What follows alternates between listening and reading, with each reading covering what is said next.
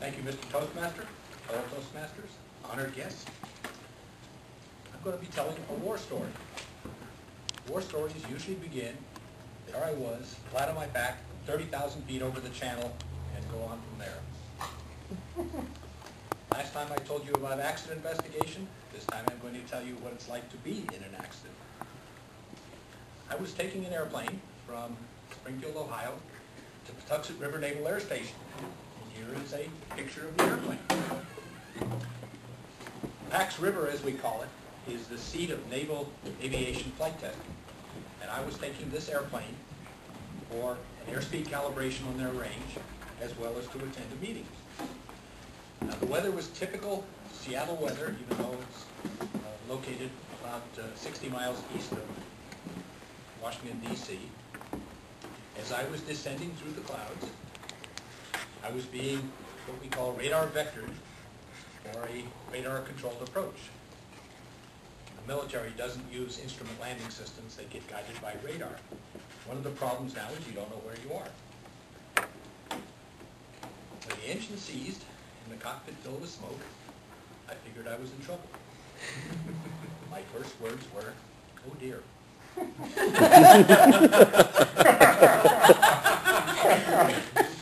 I immediately got on the horn. Pax approach, 03 Quebec, I've had an engine stoppage.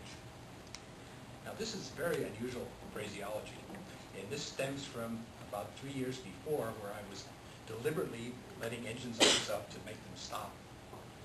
And I referred to them as engine failures, and the engine manufacturer said, "It didn't fail, you screwed it up. Call it an engine stoppage," which I did. Somehow, this didn't convey the sense of urgency. Roger, 03 Quebec, you're number 1 for the airport. How far is the airport? Remember, I'm in the clouds. I don't know where I am. 12 o'clock, 13 miles. That's too far. Is there a closer airport? Affirmative. St. Mary's County. 11 o'clock, 11 miles. Oops, that won't work either. Let's see. It's over there. I'm going. I bet I'm over water. Pax approach. Am I over water? Stand by. Stand by? What do you mean stand by? Wait. Affirmative. You're over water. I need to steer to land. The nearest land. Fly 030, 7 miles to shore. I'm going to need a chopper. Stand by. Stand by. 03 Quebec, can you make land? I don't know. I'm really going to need a chopper. Roger, stand by. What do you mean, stand by? 03 Quebec, I've notified the Maryland State Police. Now, I have this vision of this sheriff's deputy. You land in that water, you're in a heap of trouble, boy. 03 Quebec, can you make land? 03 Quebec is Popeye. Popeye is a code word meaning I'm still in the clouds. Stand by. This stand by is getting a little annoying at this point. Pax approach, 03 Quebec. I just broke out at 800 feet. Can you make shore? I'm not sure. What I really meant to say is there's no way in hell I can make shore. In a ditching of an airliner back in the 60s, the pilot was down to about 500 feet, told the purser, "We might have to ditch," when in fact they had no engines running, they were out of gas, and the ditching was inevitable. We have this feeling of playing it down. We call it the Chuck Yeager syndrome. As I continued down, he said, the words you hate to hear. 03 Quebec, radar contact lost. You know what that means? That means I'm too low for him to see me. Oh shit, I'm going to have to put this thing in the water. Up to this point it had been like a simulator drill, but now I realized I can't swim. Didn't seem quite so funny back then. So, did you mark the spot with a grease pencil? they have a little grease pencil they can mark it. Affirmative. Hilo is 10 miles out. Fly 030 to the shore. Remain clear of the water at all times. I'm still trying to figure out what exactly he meant by that.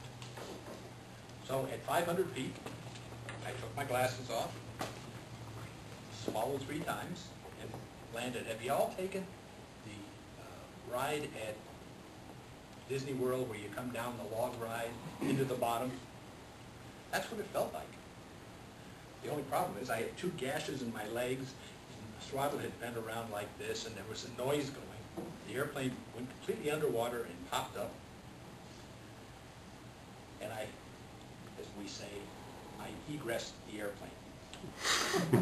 Jumped into the 55-degree water. Some people say, well, you weren't cold. Well, I actually didn't feel cold. There was about 10% blood in my adrenaline stream. But as I jumped out, I'm facing away from shore, and I can't see anything. It was fairly lonesome feeling there. And so I climbed up on top of the airplane, and it sank from underneath me. And just then, I heard something that was wonderful.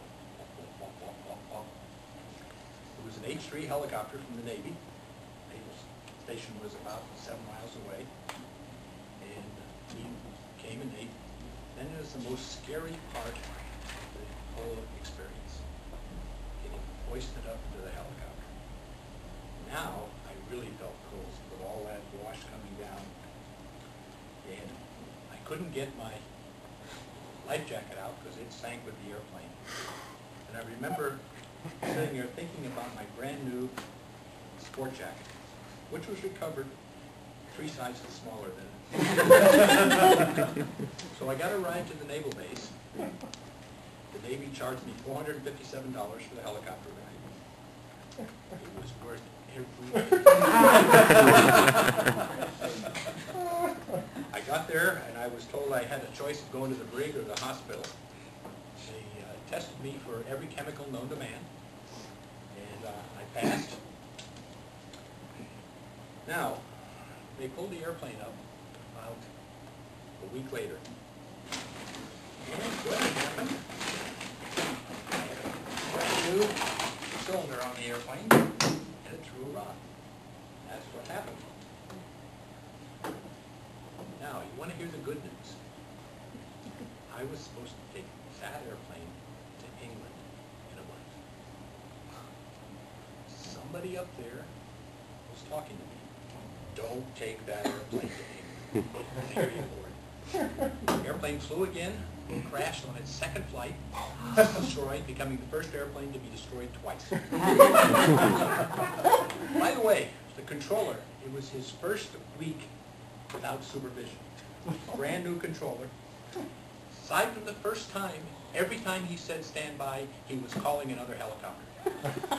He had 2 in the air and 4 warming up before I hit the ground.